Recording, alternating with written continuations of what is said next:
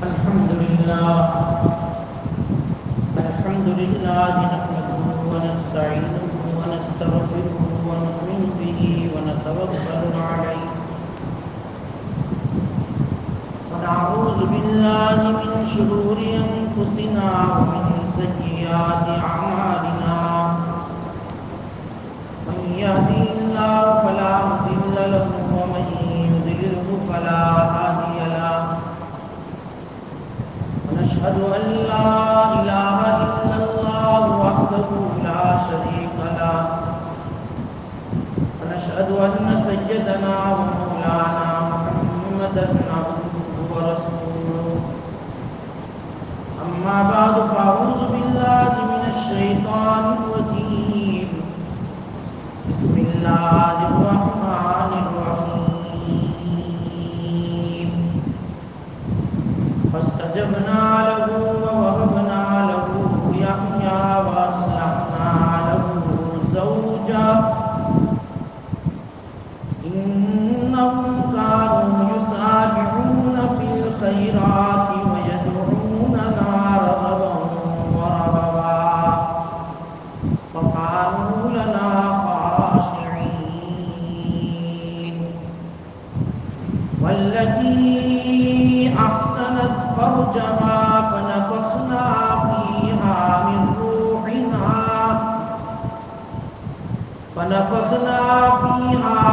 روحنا وجعلناها وابنها آية للعالمين إن هذه أمتكم أمة واحدة وأنا ربكم فاعبدون وتقطعوا أمرهم بينهم كل إلينا راجعون صدق الله مولانا العظيم.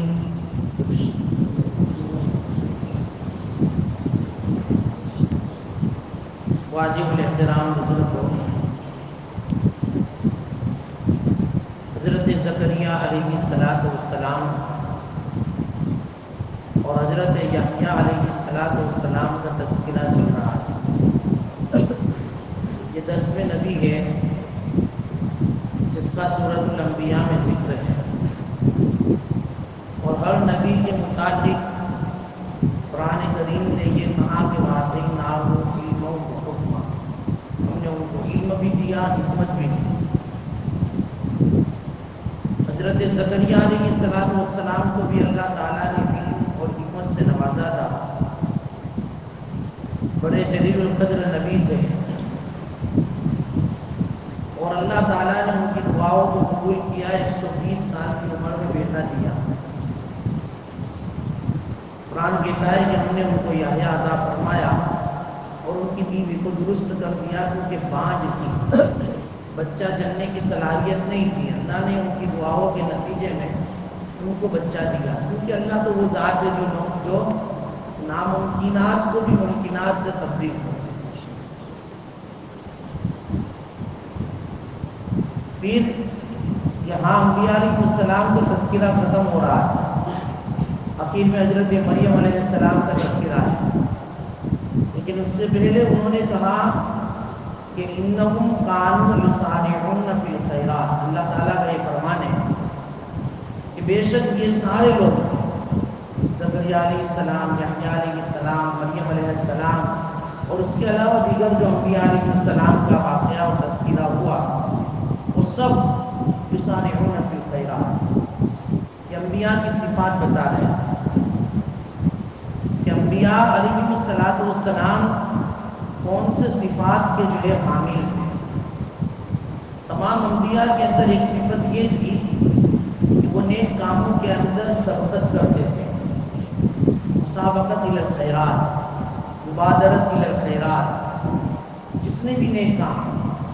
ان نیک کاموں میں آگے بڑھنے والے، پیش رہنے والے، یہ انبیاء کی صفت ہے۔ انہم کانوا یسارعون فی الخیرات، اور اسی صفات کا مطالبہ قرآن کریم نے مومنوں کو بھی جو ہے مخاطب ہو کر کہا کہ فاستبقوا الخیرات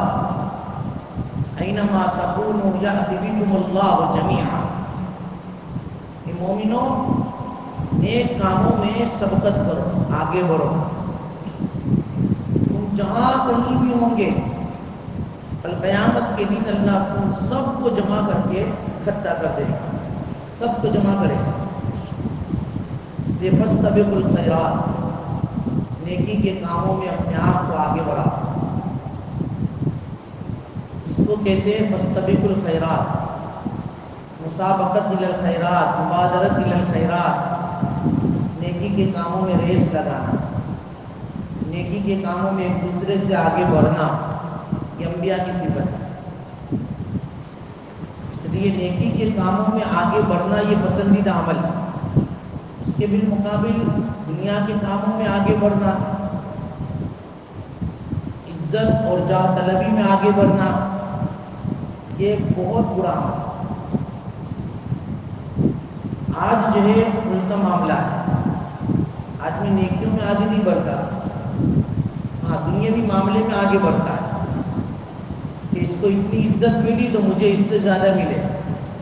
اس کے پاس اتنا مال ہے تو مجھے اس سے زیادہ مال ملے، اس کے پاس یہ عہدہ ہے تو مجھے اس سے زیادہ بڑا عہدہ ملے۔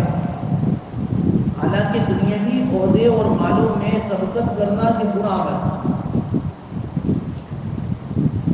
اور نیکی کے کاموں میں آگے بڑھنا یہ پسندیدہ عمل ہے، انبیاء علیہ السلام کی صفات والا عمل۔ آدمی جو ہے کسی کو دیکھے کہ پہلی صف میں نماز پڑھتا ہے تو کہ میں بھی پڑھوں، وہ موابین پڑھتا ہے تو میں بھی پڑھوں، وہ روزانہ ایک پارہ قرآن کا پڑھتا ہے تو میں 2 پڑھوں، نیکی کے کاموں میں آگے بڑھتا ہے۔ اور یہ داعیہ آدمی کے دل میں آتا ہے نیکی کے کام کرنے کا، کسی کو نیک کام کرتے ہوئے دیکھ کر داعیہ آتا ہے، لیکن اس کو آدمی بہت دھیان نہیں دیتا ہے، کہتے ہیں نا کہ سنی انسنی کر دیتا ہے، دیکھی اندیکھی کر دیتا ہے۔ حضرت مولانا تقی عثمانی صاحب نے اپنی کتاب میں لکھا ہے کہ جب نیکی کا داعیہ دل میں آوے تو آدمی اس نیکی کو کر لے، اس میں ذرہ برابر بھی ٹال مٹول نہ کرے، تو انشاءاللہ تعالی دوسری نیکی کرنے کی توفیق ہو۔ وہ نیکی تو تم نے کر لی، لیکن وہی نیکی دوسری نیکی کو کھینچ کر لائے گی، کیونکہ دل کے اندر نیکی کا داعیہ آنا یہ اللہ کی طرف سے ایک مہمان ہوتا ہے، اور جب مہمان کا اکرام ہوتا ہے تو ظاہری بات ہے کہ اس مہمان کی قدر ہوتی ہے، جب مہمان کی قدر ہوتی ہے تو وہ مہمان دوسری مرتبہ اس کے گھر جانے کو جو ہے دل سے راضی ہوتا ہے، خوش ہوتا ہے، بلکہ دوسرے کو بھی لے کر جاتا ہے کہ چلو یہاں مہمان نوازی اچھی ہے، یہاں اکرام اچھا ہے، چلو دیکھو خود تو آیا لیکن دوسرے کو بھی لے کر آیا، وہ نیکی خود تو آئے گی، دل میں داعیہ پیدا ہوا کہ نہیں یار یہ روزانہ یہ لوگ قرآن پڑھنے بیٹھتے ہیں، ماشاءاللہ قرآن پڑھتے ہیں تو میں بھی پڑھنے بیٹھوں، آج قرآن پڑھنے وہ بیٹھا، یہ قرآن پڑھنے کی نیکی کی توفیق تو ہوئی، لیکن یہ نیکی تو دوسری نیکی کو لے کر آئے گا۔ قرآن تو پڑھا تو صرف تسبیح بھی پڑھ لوں، جب وہ تسبیح والی مہمان پہ آ گئے، دھیرے دھیرے رفتہ رفتہ آدمی کے اندر نیکیوں کے داعیے بڑھتے جائیں گے، مہمانوں کی کثرت ہوگی، لیکن جب دل میں آیا تو پھر اس نے کیا نہیں، کیا کیا وہ کیسے کریں گے؟ شیطان جو ہے نا ایمان والوں کے ساتھ یہ داؤ پیچ استعمال کرتا ہے، شیطان کے داؤ پیچ مختلف ہوتے ہیں، وہ کافروں کے ساتھ کچھ الگ داؤ چلتا ہے، مومنوں کے ساتھ کچھ الگ داؤ چلتا ہے۔ مومنوں کو یوں نہیں کہے گا کہ یہ کام مت کرو، مومنوں کو یہ نہیں کہے گا قرآن مت پڑھ، نماز مت پڑھ، تسبیح مت پڑھ، صدقہ مت کر، نہیں اچھی بات کرنا چاہیے لیکن آج سے نہیں کل سے کریں، کل سے ابھی نہیں بعد میں کریں، آج سے نہیں کل سے، ابھی نہیں بعد میں، تو اس کی بات کبھی آئے گی نہیں، کل کبھی آئے گی، اور روز کل پر آتا رہے گا اور تو دنیا سے جائے گا۔ یہ شیطان کا داؤ ہوتا ہے ایمان والوں کے ساتھ، اس لیے ہمارے بزرگان دین فرماتے ہیں کہ جب بھی داعیہ پیدا ہو تو یہ اللہ کی طرف سے مہمان سمجھ کر اس کا اکرام کر لو، کچھ نہ کچھ نیکی کر لو۔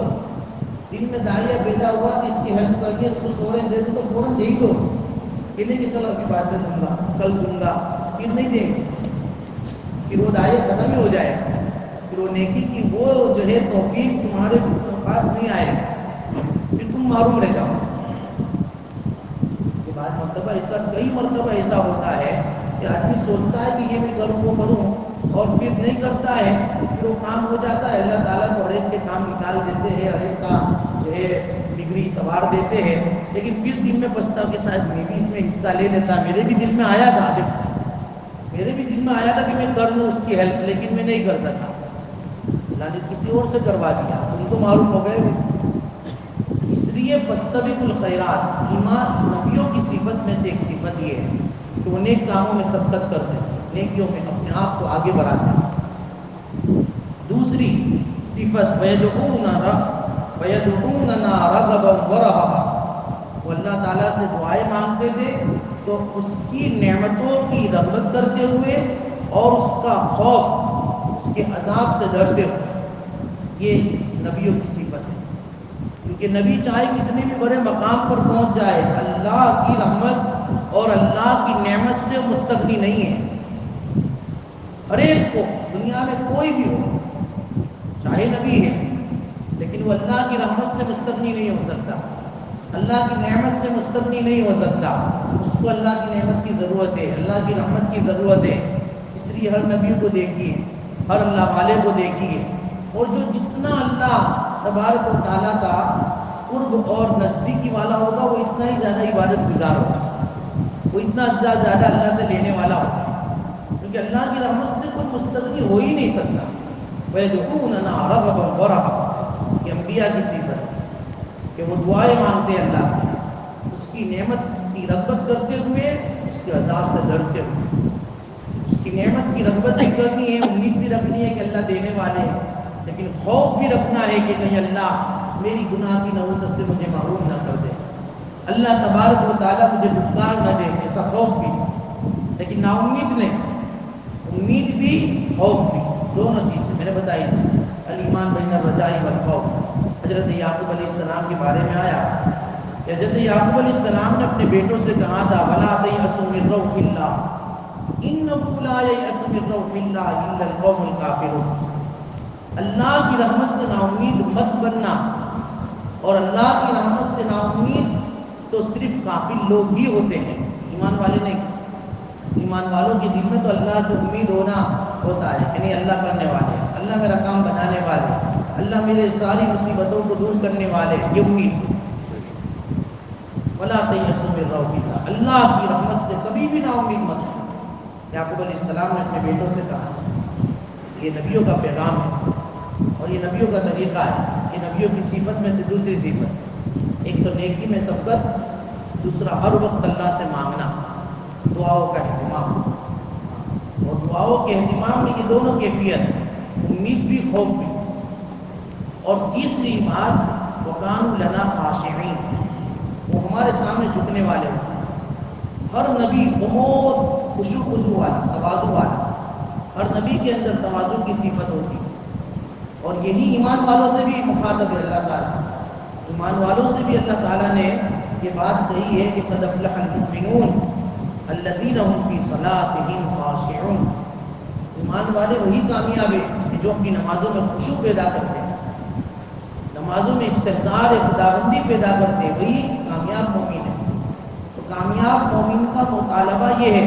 کہ بھئی ایمان والوں کو خشوع خضوع رکھنا چاہیے اپنی عبادتوں میں، یعنی اپنے آپ کو اللہ کے سامنے اتنا جھکاؤ کہ اپنی ساری برائی چھوڑو، نہیں وَرَبَّكَ فَكَبِّرْ، برائی صرف اللہ کی ہے، اپنے رب کی تکبیر اور اپنے رب کی برائی کو بیان کرتے رہیے۔ جتنا آدمی اپنے رب کو برا اور برائی اس کی زبان سے نکلے گی وہ اتنا ہی اپنے آپ کو چھوٹا سمجھے گا، اس کے اندر اتنا ہی خشوع اور خضوع آئے گا۔ یہ تین صفات ہیں جو تمام انبیاء علیہ السلام کے اندر تھی۔ یہ انبیاء کا واقعات اور انبیاء کا جو ہے اس سے یہاں ختم ہوتے ہیں، اور یہاں انبیاء علیہ السلام کی تین صفات کا ذکر کیا گیا، تو اس کو میں نے جو ہے تھوڑی تفصیل سے بتا دیا۔ کہ گزشتہ میں یہ بات نہیں بتائی تھی، تو اللہ تعالیٰ ان تینوں صفات سے ہمیں متصف کرنا کہ مسارعات الخیرات، دعاؤں کا اہتمام اور اپنے آپ کے اندر خشوع اور خضوع پیدا کرنے کی یہ صفت اللہ تعالیٰ ہمیں ان تینوں صفات سے متصف کرنا۔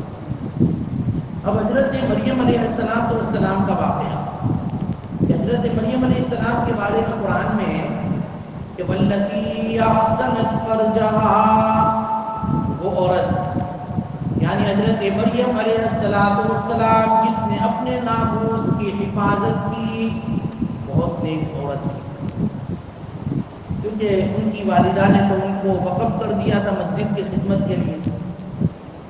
جیسے ہی ہوش سنبھالا والدہ نے ایک کمرہ دے دیا حضرت زکریا علیہ السلام کو، کہا کہ بھائی کمرے میں رہے گی، اللہ کی عبادت کرے گی، کیونکہ اس کی تو نیت ہی میں نے کر لی تھی کہ بھائی اللہ تبارک و تعالیٰ سے کہہ دیا تھا کہ جو میرے پیٹ میں ہے اللہ، میں تیرے راستے میں اس کو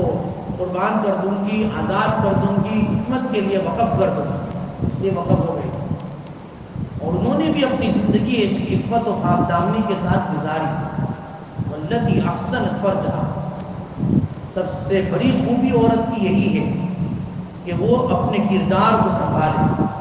اپنے جوانی اور اپنی بلوغت کے زمانے کے بعد شادی کے زمانے تک، اور جو ہے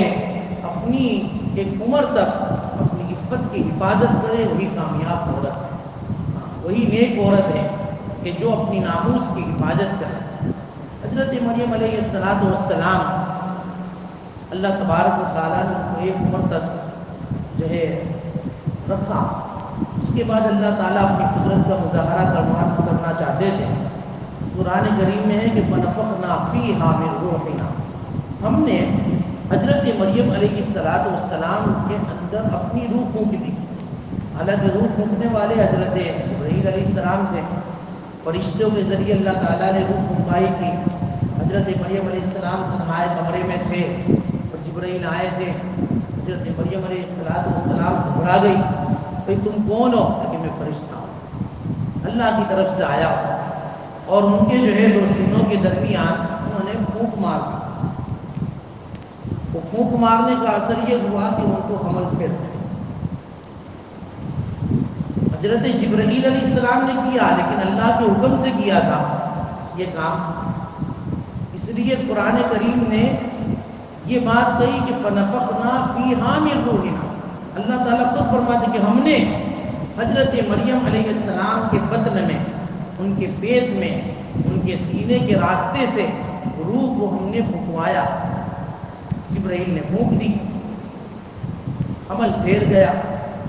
اور حضرت عیسیٰ علیہ السلام کی ولادت ہوئی۔ حمل پھیرنے کے بعد 9 مہینے ان کو انتظار نہیں کرنا پڑا، جیسا کہ عام طور پر عورتوں کو حمل پھیرتا ہے 9 مہینے کے بعد، 8 مہینے کے بعد،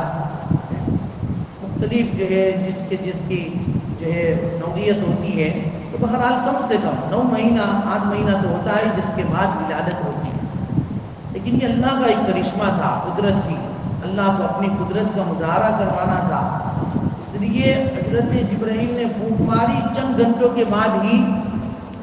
حمل مکمل ہو گیا اور ان کی جو ہے ولادت بھی ہو گئی۔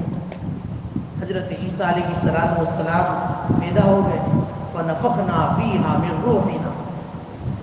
ہم نے جو ہے ان میں روح پھونکی، حضرت عیسیٰ علیہ السلام دنیا میں آ گئے۔ کہ وہ تو گھبرائی تھی حضرت مریم علیہ السلام جب جبرائیل آئے تھے اور ان کو یہ پیغام سنایا تھا کہ تم سے اللہ تبارک و تعالیٰ ایک بچہ پیدا کروانا چاہتے ہیں، تو حضرت مریم علیہ السلام نے کہا وَلَمْ يَمْسَسْنِي بَشَرٌ، اور مجھے تو کسی انسان نے چھوا تک نہیں، ٹچ بھی نہیں کیا ہے، اور میرے بچے سے بچہ کیسے پیدا ہوگا؟ وَلَمْ أَكُ بَغِيًّا، ایک تو مجھے کسی انسان نے چھوا نہیں، اور دوسرا یہ کہ میں بدکار نہیں ہوں، میں بد کردار نہیں ہوں، میں تو نیک ہوں، میں نے تو کبھی اس طرح کا کام کیا نہیں، اب میرے سے قضا ہے۔ جبرائیل علیہ السلام نے کہا اسی طرح آپ کو کوئی انسان چھوئے گا بھی نہیں، آپ کے کردار پر کوئی داغ لگے گا بھی نہیں، اور اللہ تعالیٰ اپنی قدرت سے آپ کے جو ہے جسم میں، پیٹ میں حمل قرار دیں گے اور آپ کے بطن سے بچہ پیدا ہوگا. یہ اللہ کا ایک نظام ہے جو اللہ کی طرف سے ہونے والا ہے. کذالک کا معنی یہ ہو کہ کوئی انسان آپ کو چھوئے گا نہیں, آپ کی کسی انسان سے شادی ہوگی نہیں, آپ بد کردار بنو گی نہیں, آپ کا کردار اپنی جگہ پر رہے گا, اور اللہ تبارک و تعالیٰ آپ کے بطن سے بچہ پیدا کرے. اور ایسا ہی ہوا. حضرت مریم علیہ السلام کے بطن سے بچہ پیدا ہوا, حضرت عیسیٰ علیہ السلام, اور لے کر آئی پورے سورہ مریم کے اندر پورا واقعہ ذکر ہے. حضرت مریم علیہ السلام جب بچے کو لے کر آئی تو ساری بستی والے جو ان کو بہت نیک سمجھتے تھے اور بہت نیک جہیز ان کا تصور تھا ان کے ذہنوں میں, جب بچہ ہاتھ میں دیکھا تو میں نے کہا نا کہ عمل چیر گیا تھا, چند گھنٹوں ہی میں ولادت بھی ہو گئی کہ اتنی دیر میں بچہ بھی تیرے پاس آ گیا, یہ کیا ماجرا ہے؟ یا اخت ہارون ما کانت, اے ہارون کی بہن, یا اخت ہارون ما کانت امک بغیہ, تیری ماں بھی ایسی نہیں تھی اور جو ہے تیرا خاندان بھی ایسا نہیں تھا, اور تو نے اس طرح کا معاملہ کیا. حضرت مریم علیہ السلام کو جب یہ بچہ لے کر حضرت عیسیٰ علیہ السلام کو ان کی قوم کے پاس آئی تو قوم والوں نے اس طرح کی باتیں کی. بعض روایتوں میں یہ بھی ہے کہ 4 مہینے حمل رہا, 2 مہینے حمل رہا, بعضوں میں یہ ہے کہ چند گھنٹوں کے بعد ہی حضرت مریم علیہ السلام کو یہ بچہ پیدا ہوا. اس لیے ان کی قوم کے پاس جب آئی فَأَتَتْ بِهِ قَوْمَهَا تَحْمِلُهُ قَالُوا يَا مَرْيَمُ لَقَدْ جِئْتِ شَيْئًا فَرِيًّا. حضرت مریم علیہ السلام جب حمل لے کر ان کے پاس آئی اور پھر جو ہے انہوں نے سب دیکھا کہ تو تم نے بہت بھاری کام کر دیا, یہ کیا ہوا, ابھی تم نے شادی بھی نہیں کی. یا اخت ہارون ما کان ابوک امرأ سوء وما کانت امک بغیہ. ہارون کی بہن, تیرا باپ تو بہت ہی نیک آدمی تھا, تو کوئی برا آدمی بھی نہیں تھا, اور تیری ماں کا کردار بھی ہمارے سامنے ہے, یہ تو کیا کر کے آیا؟ اللہ کی طرف سے حضرت مریم علیہ السلام کو حکم تھا کچھ بھی نہیں بولنا. حضرت مریم علیہ السلام بچہ ہاتھ میں ہے اور اشارہ کر رہا. فَأَشَارَتْ إِلَيْهِ, حضرت مریم علیہ السلام نے اپنے بیٹے حضرت عیسیٰ علیہ السلام کی طرف اشارہ کر دیا. اشارہ اس طرح کیا کہ جو کچھ پوچھنا ہو بچے سے پوچھ لو, میں کچھ نہیں بولوں. کیوں؟ قالوا کیف نکلم من کان فی المہد صبیا. اشارہ بچے کی طرف تم کر رہی ہو, بھئی یہ بچہ بھی گہوارے میں ہے, تیری گود میں ہے, یہ ہم سے کیسے بات کرے گا؟ یہ بات کرنے کے قابل تھوڑی ہے کہ تو اس کی طرف اشارہ کر رہے. ہم تجھ سے سوال کرتے ہیں کہ بچہ تیرے پاس آیا کیسے, یہ بچے کی ولادت تیرے جسم اور بطن سے ہوئی کیسے؟ اب دیکھو انہوں نے تو یوں کہا, حضرت عیسیٰ علیہ السلام بغیر ان کے پوچھے, انہوں نے تو نہیں پوچھا عیسیٰ علیہ السلام کو بھی کون ہو. حضرت عیسیٰ علیہ السلام کے بارے ہی میں بول دیا کہ قال انی عبد اللہ آتانی الکتاب وجعلنی نبیا. میں اللہ کا بندہ ہوں اور اللہ تعالیٰ نے مجھے کتاب بھی دی ہے اور مجھے نبی بنایا. دیکھو ماں کی عفت اور ماں کی پاک دامنی کا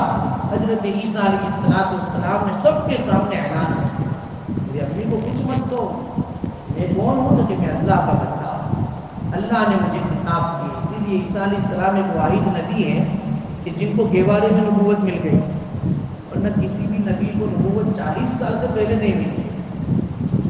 ہر نبی کو 40 سال کے بعد نبوت ملی. 40 سال کے بعد عقل کامل ہوتی ہے, 40 سال کے بعد عقل کامل ہوتی ہے, اس لیے نبوت بھی 40 سال کے بعد دی جاتی ہے. ہمارے نبی علیہ السلام سب سے اللہ کے نبی صلی اللہ علیہ وسلم تو فرماتے کہ کنت نبیّا بین آدم بین الماء والطین. میں تو اس وقت نبی تھا جبکہ حضرت آدم تو ابھی پیدا بھی نہیں ہوئے تھے, ابھی تو مٹی اور پانی کے درمیان ان کو ابھی ان کا پتلا تیار کیا جا رہا ہے. ابھی تو آدم کا پتلا تیار کیا جا رہا، تم تو نبی کیا، یہ تو اس وقت سے نبی، ہمارے نبی شان کی شان ہی کچھ الگ ہے۔ حضرت عیسیٰ علیہ السلام کو گہوارے میں نبوت ملی اور نبوت کا اعلان کیا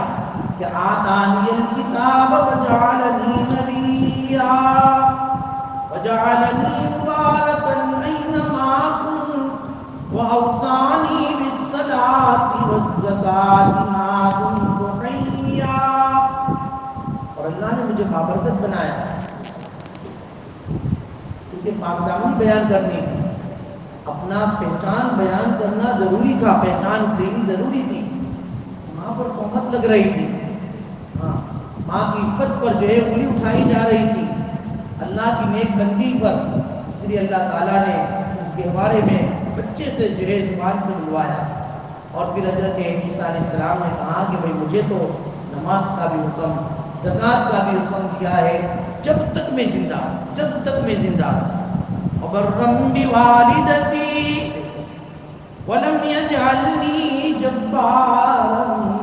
شقیا، برم بوالدتی، اور مجھے تو اللہ کی طرف سے حکم ہوا ہے کہ میں اپنے والدین کی جو ہے رسپیکٹ کروں، عزت کروں، ان کی نیکی کو ظاہر کروں، اور میں جب تک زندہ ہوں ان کا جو ہے اکرام کروں۔ حضرت عیسیٰ علیہ السلام نے اس طرح اپنی والدہ کی جو ہے خوبی کو بیان کیا۔ قرآن نے اسی کو ذکر کیا ہے کہ واللتی احسنت فرجہا فنفخنا فیہا من روحنا وجعلناها وابنها آیۃ للعالمین، ہم نے حضرت عیسیٰ علیہ السلام کو بھی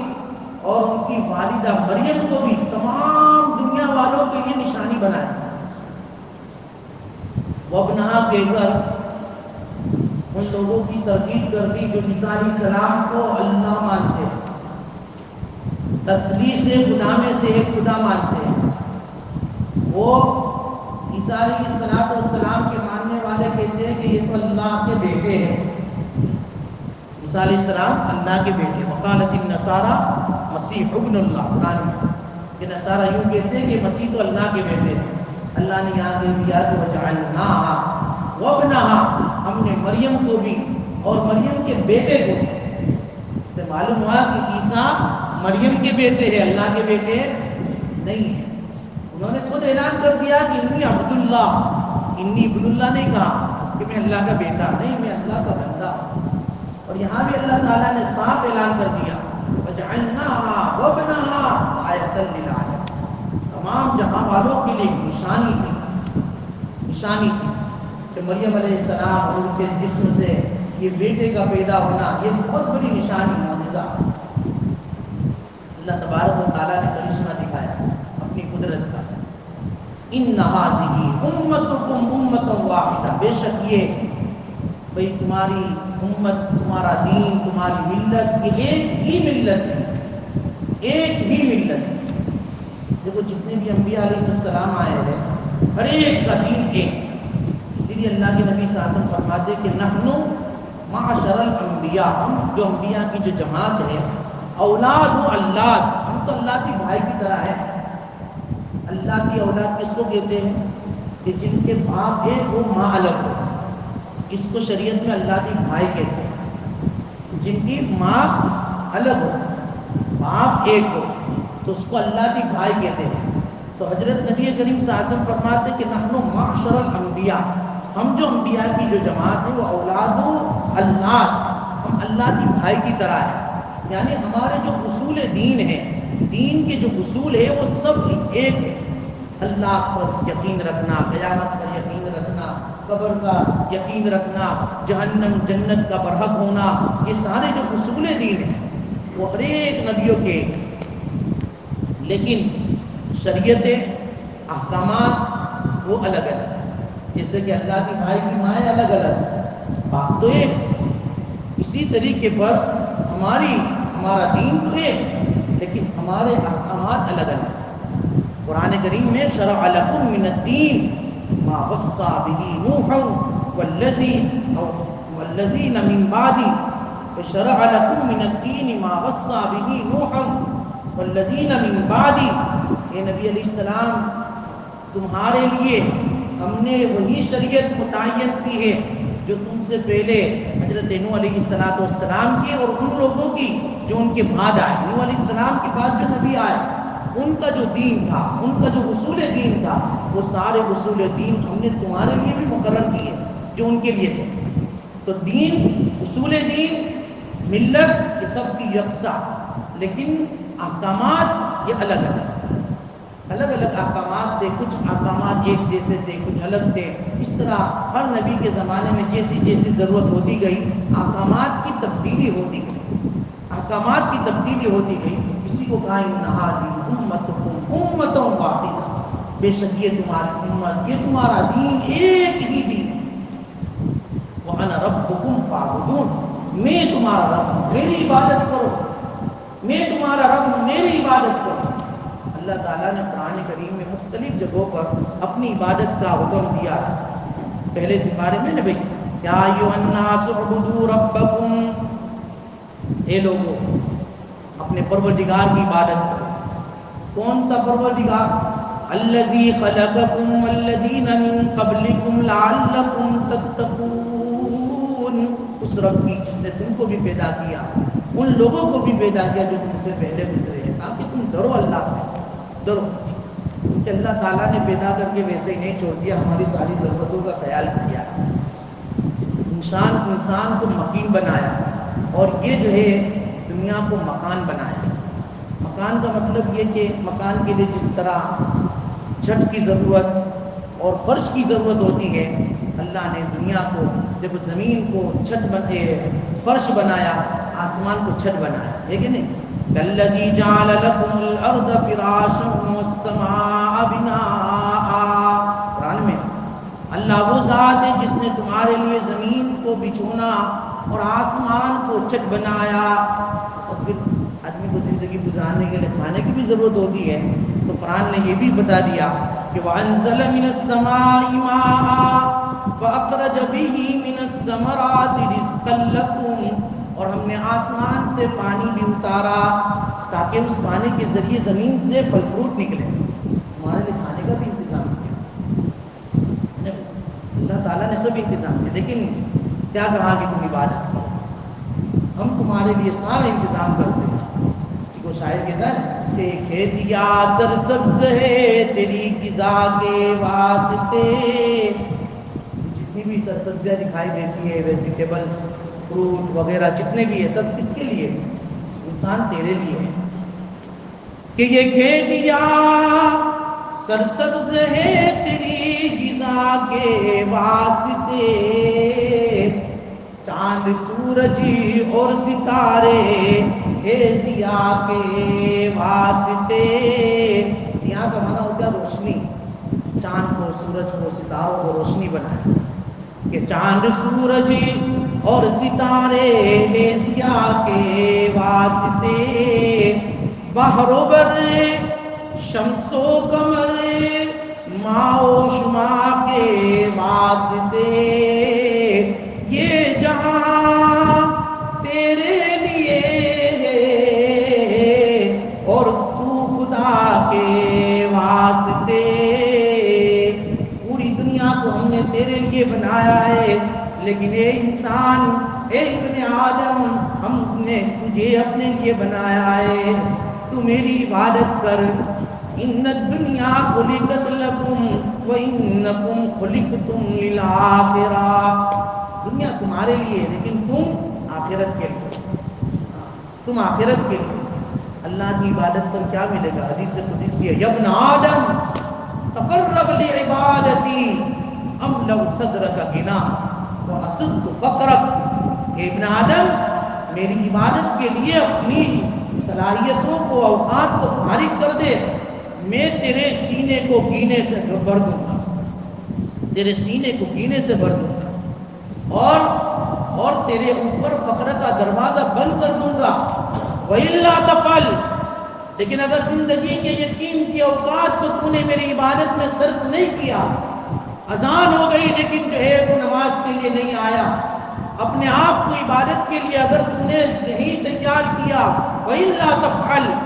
تو ملأت یدیک شغلا، میں تیرے دونوں ہاتھوں کو مشغولی سے بھر دوں گا، بیزی کر دوں گا دنیا کے پیچھے، جاب کے پیچھے، شوق کے پیچھے، اتنا بیزی کر دوں گا کہ پھر تجھے مسجد میں آنا ایزی بھی نہیں لگے گا، اور ایزی سے آ جائے گا تو پھر اتنا ایزی کر دوں گا کہ تجھے تھوڑا بھی بہت لگے گا۔ ملأت یدیک شغلا، تیرے دونوں ہاتھوں کو مشغولی سے بھر دوں گا، ولم اسد فقرک، اور تیرے فقر کے دروازوں کو بند نہیں کروں گا، ایک نہیں 100 شوق ہو جائے گی تب بھی تجھے 100-200 کی جو ہے چاہت ہوگی، ایک جو ہے پورے ٹاؤن کے اندر جتنی بھی ہارڈ ویئر ہوگی لیکن دوسری ہارڈ ویئر کھولنے کی بھی تجھے فکر ہوگی، کیونکہ تیرے فقر کے دروازے کو بند ہی نہیں کروں گا، تجھے جتنا بھی زیادہ ہوگا کم ہی لگے گا، اپنے آپ کو فقیر سمجھے گا، اور اگر اللہ کی عبادت کے ساتھ زندگی گزاری تو میں تیرے سینے کو پینے سے بھر دوں گا، تھوڑا بھی تجھے بہت لگے گا۔ واسد فقرک، اور فقر کے دروازے کو تو ویسے ہی بند کر دوں گا، تجھے ایسا لگے گا مجھے بہت مل گیا الحمدللہ۔ اللہ تعالیٰ ہمیں عمل کی توفیق عطا فرمائے اور اپنی عبادت کے لیے اپنے اوقات کو فارغ کرنے کی توفیق نصیب فرمائے۔ بسم اللہ الرحمن الرحیم، الحمدللہ رب العالمین، والعاقبۃ للمتقین، والصلاة والسلام علی سید الانبیاء والمرسلین، یا رب لک الحمد کما ینبغی لجلال وجہک وعظیم سلطانک۔ اے اللہ ہمارے گناہوں کو معاف فرما، خطا سے درگزر فرما، سیئات کو حسنات سے مبدل فرما، مولا بالبیتنے کو بے انتہا قبول فرما، اپنی عبادت کے لیے اے اللہ ہمیں اپنے آپ کو فارغ کرنے کی توفیق عطا فرما، عبادت میں لطف عطا فرما، اے اللہ لطف عطا فرما، اے اللہ لطف عطا فرما، اور عبادت کرنے پر آپ کی طرف سے جو انعامات کے وعدے ہیں اللہ ان انعامات کا ہمیں مستحق بنا، اے اللہ اس انعامات سے ہمیں نوازنے کا فیصلہ فرما، اے اللہ اس انعامات سے نوازنے کا فیصلہ فرما، اے پیارے اللہ، اے پیارے اللہ، محرومین کی مغفرت فرما، بیماروں کو شفا عطا فرما، اے اللہ جو مانگا عطا فرما، مانگنے سے رہ گیا وہ بھی عطا فرما، اے اللہ وبا و بلا کو بھی ختم فرما، اللہم ربنا تقبل منا انک انت السمیع العلیم وتب علینا انک انت التواب الرحیم، صلی اللہ تعالی علی خیر خلقہ محمد وآلہ وصحبہ اجمعین۔